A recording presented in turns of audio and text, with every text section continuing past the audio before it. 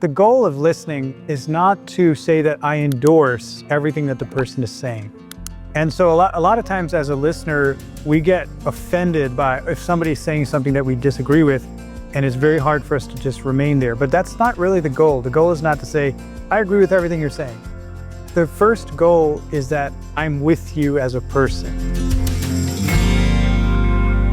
First of all, I would like to introduce you to a priest from a movement called Jesus Youth, an Eastern Rite priest who belongs to the Syro-Malabar Eparchy of Chicago. He currently works at St. Vincent de Paul Regional Seminary in Florida, where he's both a professor and spiritual director. Now, this book titled The Art of Listening to Young People, a Pastoral and Scientific Guide, written by Amoris Christi. But today we are speaking with one of the authors of the book, Father Thomas Pulickal.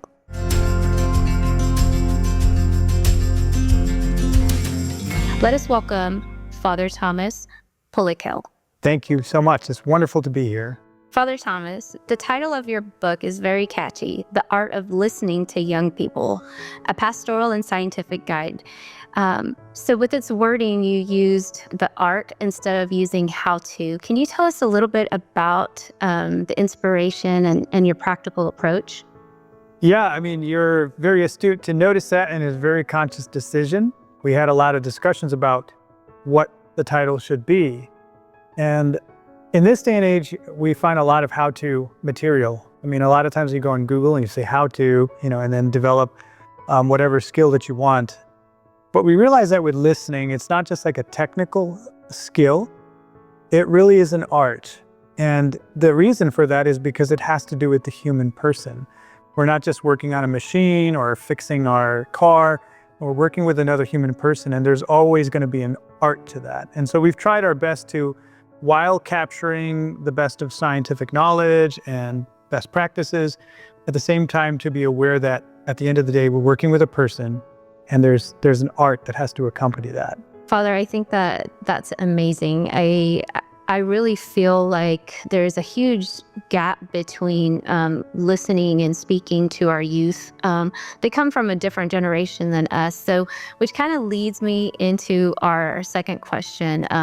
Your book discusses how young people feel acknowledged when validated, and they are met with empathy as they express their thoughts and feelings. So what is your take on this from a pastoral side as a priest and a spiritual director? Yeah, Leslie, I think you really hit the nail on his head there. The goal of listening is not to say that I endorse everything that the person is saying. And so a lot of times as a listener, we get offended by if somebody's saying something that we disagree with, and it's very hard for us to just remain there. But that's not really the goal. The goal is not to say, I agree with everything you're saying. The first goal is that I'm with you as a person. And that's the validation that you're talking about. It's not the validation necessarily of what they're saying. It's a validation that you are a person, and I have reverence for you as a person, and I reverence you as somebody who has your own thoughts. Like maybe you're only 15 years old, maybe I have a lot more experience than you, but still, you're a person, and I want to validate that your thoughts matter and I care about them. And when you do that for a young person, they just kind of settle in. Like the defensiveness is gone, or the fear and trepidation is gone. They just kind of can rest and be themselves and really open up in a way that otherwise wouldn't be possible. Yes, that's very true. Sometimes we think, as we get older, we think, oh, I wish I would have known this, back when I was young. So we try to give back to the youth, but then we forget.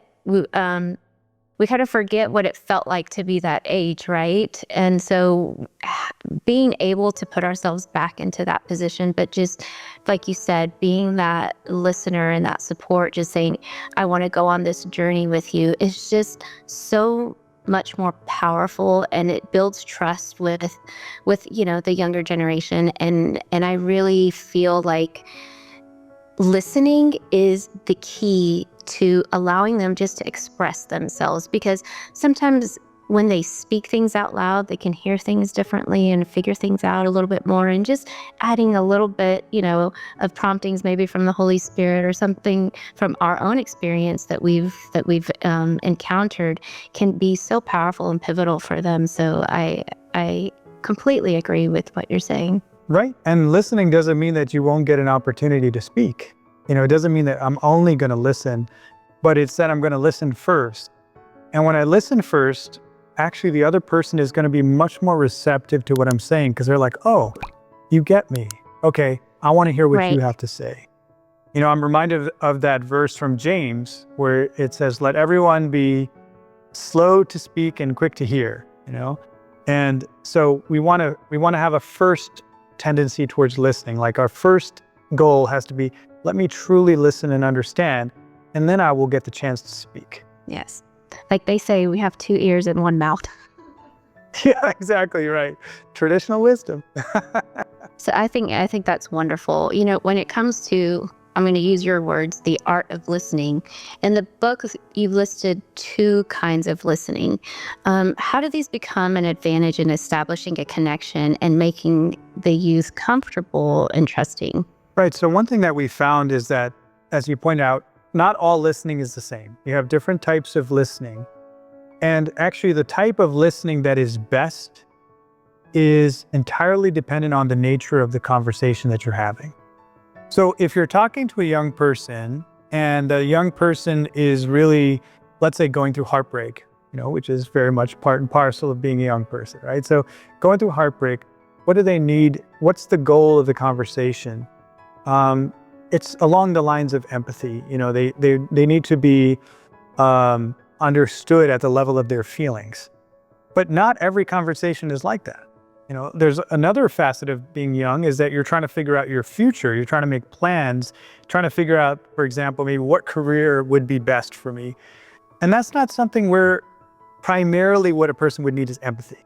What they need is a true, perhaps an analytical kind of understanding of what's going on, all the different pieces, and then helping them fit it together, right? So broadly speaking, you could say there's 2 types of listening. There's one that's focused on content and one that's focused on the person or the relationship. And then you can kind of subdivide it further from there. But, I think the important takeaway is that to be attentive, like what's the goal of this conversation so I can listen in the best way appropriate to this conversation. Listening is so important, especially for young people. I remember when I first became curious about the Catholic Church and felt a calling, I would go and just randomly pop in and speak to Father and ask him questions. And he was so gracious. I mean, I had no clue how busy priests were at the time. And I never made an appointment. I just dropped in and he would sit and listen to me for hours just to talk and talk and talk. And looking back, I just feel like that was such a grace that he gave to me. And I remember he, pointed me to join RCIA.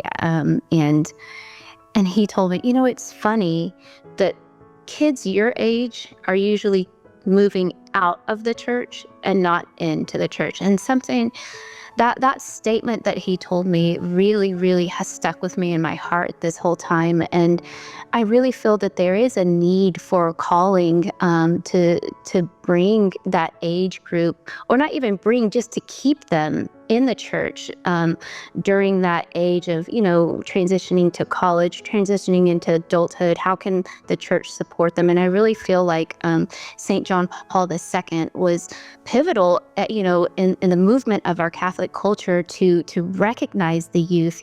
So how has that influenced you?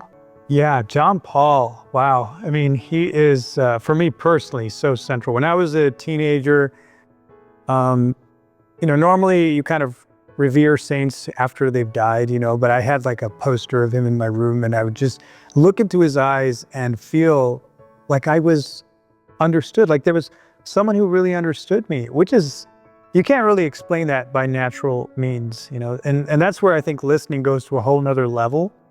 I feel like through the Spirit, he was really able to kind of listen to the heart of young people beyond his natural capacity as a human being to actually sit and talk with every young person, So the Holy Spirit really worked like that through him. And I remember when he died, I remember very distinctly. I think I was in at the time, and I just wept, when he died. And the reason I wept was because I felt like somebody who understood us as young people is gone, But of course he's not gone, but that was the feeling. And so I'm glad you bring him up, because I think he's a great model of that. And what it comes down to is, what are we trying to do by listening to a young person? We're trying to be Christ. We're trying to be Christ. Like, Christ comes to us. He doesn't ask us to come to his level first. Okay, fix everything in your life, become holy, and then we could talk. Instead, he comes to us right where we are. He meets us right where we are, just like he met you when you were a teenager, and like he met me when I was a teenager. And then he accompanies us gently. And that's what the priest was doing for you. He was being Christ. And that's what all of us are called to do. If we don't want to see the young people leaving the church, well, then we have to respond to that call. We have to be Christ to them. And that starts really by listening. Listening is key. So, Father, this topic that you have is just so near and dear to my heart, and I appreciate your time. But as we wrap up, I wanted to ask you just one more question. Could you give the viewers maybe a basic understanding, or like a little nugget, a takeaway that they can keep with them to maybe inspire them to read this book, or even if they don't read this book, something that could help them to connect with the youth? Sure. It's a small book, but it's a dense book. And so it's kind of hard to find that nugget, but perhaps I'll give an overarching vision of what the book is trying to say. And that is that our first tendency sometimes is to speak. Like, we see young people and we think, oh man, look at the state of young people today. Or you meet a particular young person and you first kind of tend to notice all the problems, and you just want to get in there and say something and fix. And that's what the book is challenging us to rethink. Like, no, let my first attitude be that I want to listen, to be with, to really understand this young person. So that's kind of the underlying principle and commitment that we'd have to make.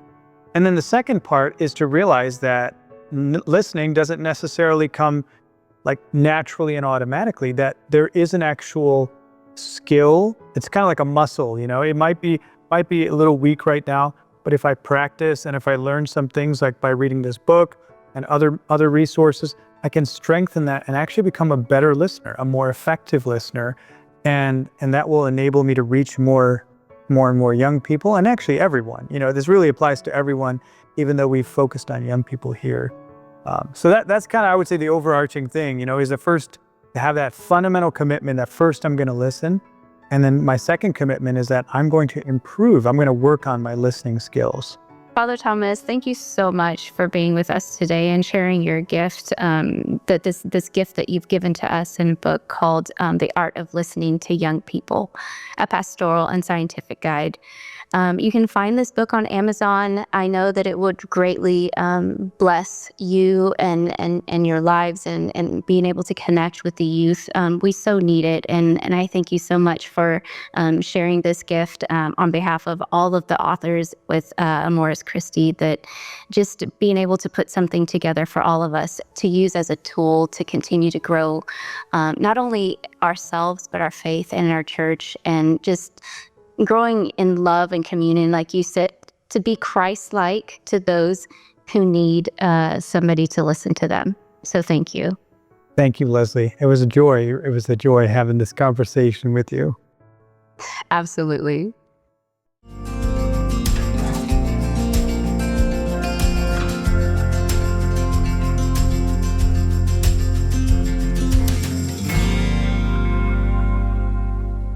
Well, actually, it may not be very early, but I remember in college, I had a professor give us a very interesting assignment. He asked us to write a letter to anybody requesting some kind of a change.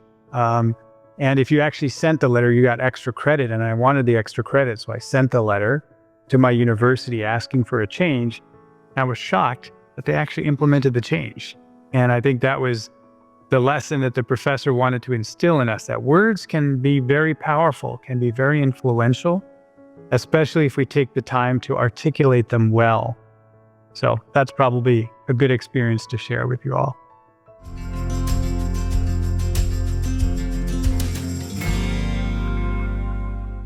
I believe in researching across a variety of fields. And part of the reason for that is because I love how specialized we've become in the modern world. That's enabled us to make really great advancements, obviously. But there's a danger there where various disciplines can become excessively segmented from each other. And so, for example, somebody who's thinking about biology is not thinking about the soul, or et cetera, And so I do a lot of research, and I try to usually look at some of the major areas like psychology and, of course, theology, philosophy, and try to bring them together as best as I can in my work.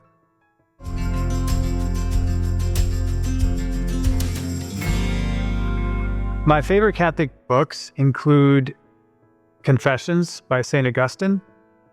And then in terms of more contemporary ones, I love Orthodoxy by G.K. Chesterton. I've read that many times. And currently I'm reading The Divine Milieu by Teilhard de Chardin. So those are probably some of my all-time favorite books right now.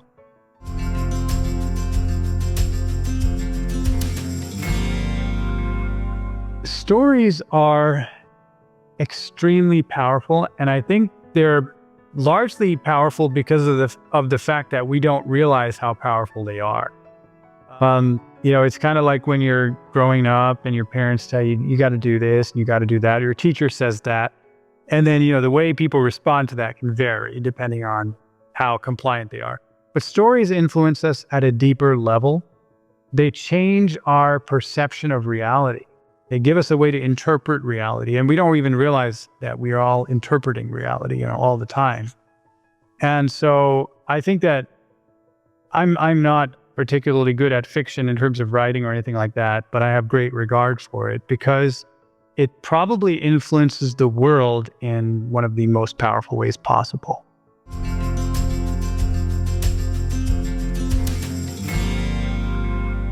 One of the most surprising things was the iterative process that a text goes through before it comes into its final form.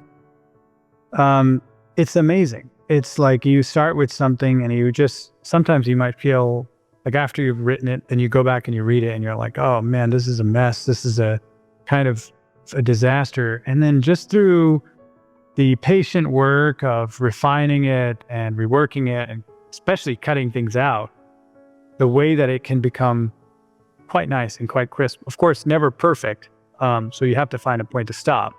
But I would say that's one of the most interesting things I've discovered. One section that I particularly have enjoyed in this book, which again was a work of several different authors together. So I just love the way this chapter has come out, chapter 7, and it's called Skills and Limits. And this is where it really gets into the meat of what are the skills that we need to develop to become good listeners to young people. So I'm going to read a little segment from there just to share it with all of our listeners and viewers. Listening is an art and a skill. To become better listeners, we must have the right mindset or attitude towards listening. Listening should be considered a dynamic and engaging process rather than a passive activity. We should desire to listen with an open and unbiased mind, a non-judgmental attitude, and an abundance of empathy. A true listening mindset is one that is ready to give ample time for young people to express themselves, allowing them even to stumble around and say wrong things along the process of developing trust and finding their voice. We learn to approach conversations with genuine curiosity and a sense of wonder. A healthy curiosity about the young person's thoughts desires, perspectives, and background will help us stay engaged and other-centered. Likewise, an interior sense of wonder will yield sensitivity to the transcendent value of the image of God who is before us and who always remains a wonderful mystery. Wonder will fill us with reverence, gratitude, gentleness, and love in our interactions with young people. It was a great privilege to be able to read The Art of Listening to Young People.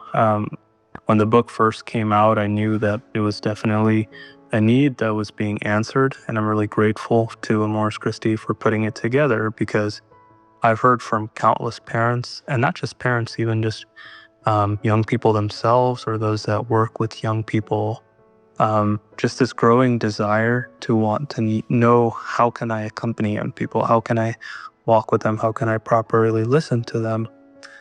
Because I think in all times, young people had a different way of thinking, but I think especially in this time and age, the world is really different and the generational gap is really different.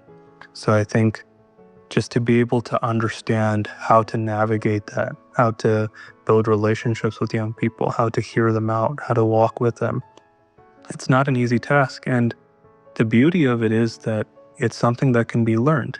Yes, some people have natural gifts of being able to accompany others and listen to them, but I think there's also a huge element that can be learned.